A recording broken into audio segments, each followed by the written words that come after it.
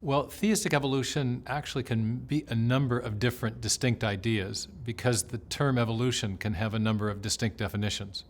So if you think of the most basic definition of evolution as just being change over time, there are a couple different senses in which that's true. One is the idea that that organisms have, the organisms we see on Earth today are different than the ones that are attested in the fossil record. So we've seen change over time in that sense. We also see small-scale variation within the limits of a genome, for example, what's called microevolution. Again, another change over time. A good example of that might be the Galapagos finches, the beaks of which have gotten smaller and larger in response to varying weather conditions in the Galapagos, or the peppered moths whose wings went dark to light and dark again, or light to dark and dark, whatever. They changed back and forth between light and dark. Or antibiotic resistance. These are well-established, observable senses in which we've seen change over time.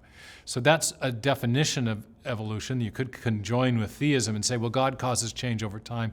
Nobody really disputes that idea. If Christians don't dispute the idea that God is causing change over time, biologists don't dispute the idea that change over time is happening, at least within limits, and has happened over time. So that's one sense of the term evolution and one, therefore, corresponding sense of the term theistic evolution. Second idea of evolution is the idea that change over time has been continuous and gradual and has been occurring essentially without limits, so that the picture of biological history is best represented by Darwin's figure of the tree of life, that all the branches on the tree represent the forms of life we see today, and each one of those forms has arisen through slow, small, gradual changes, going back to one simple form at the very beginning, maybe the trunk or the root of that tree.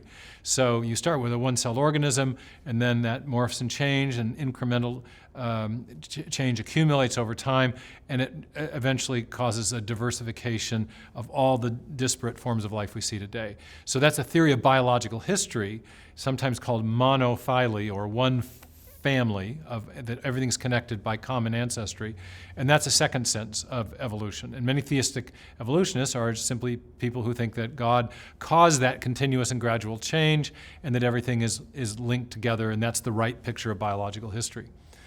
A third meaning of evolution corresponds to a third idea of theistic evolution, and that's probably the most contentious notion, and that's the idea that the process of natural selection and random mutation and other similarly undirected natural processes have produced all that change implied by the tree of life.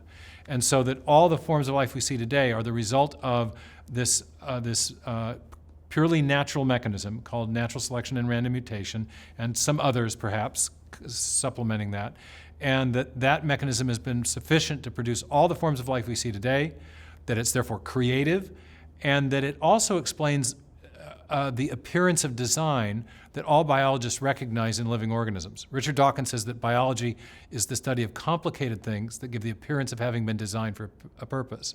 And the key word for him is appearance. Things look designed, but they're not really designed because this purely naturalistic, unguided mechanism has produced that appearance or illusion. But that mechanism merely mimics the powers of a designing intelligence. It is not accomplishing the goals of an intelligence. It's not goal-driven or purpose-driven. So that third meaning of evolution is standard neo-Darwinian theory today. Almost all evolutionary biologists adhere to that idea that a purely natural process, natural selection, random mutation, and maybe some other evolutionary mechanisms have produced everything we see today. And theistic evolution embraces that mechanism as a creative process and then says, in some unspecified way, God is behind it or part of it or upholding it, or they may say that the mutation selection mechanism is God's means of creativity. So that would be the third meaning of evolution. Third meaning of evolution, third sense of, possible sense of theistic evolution.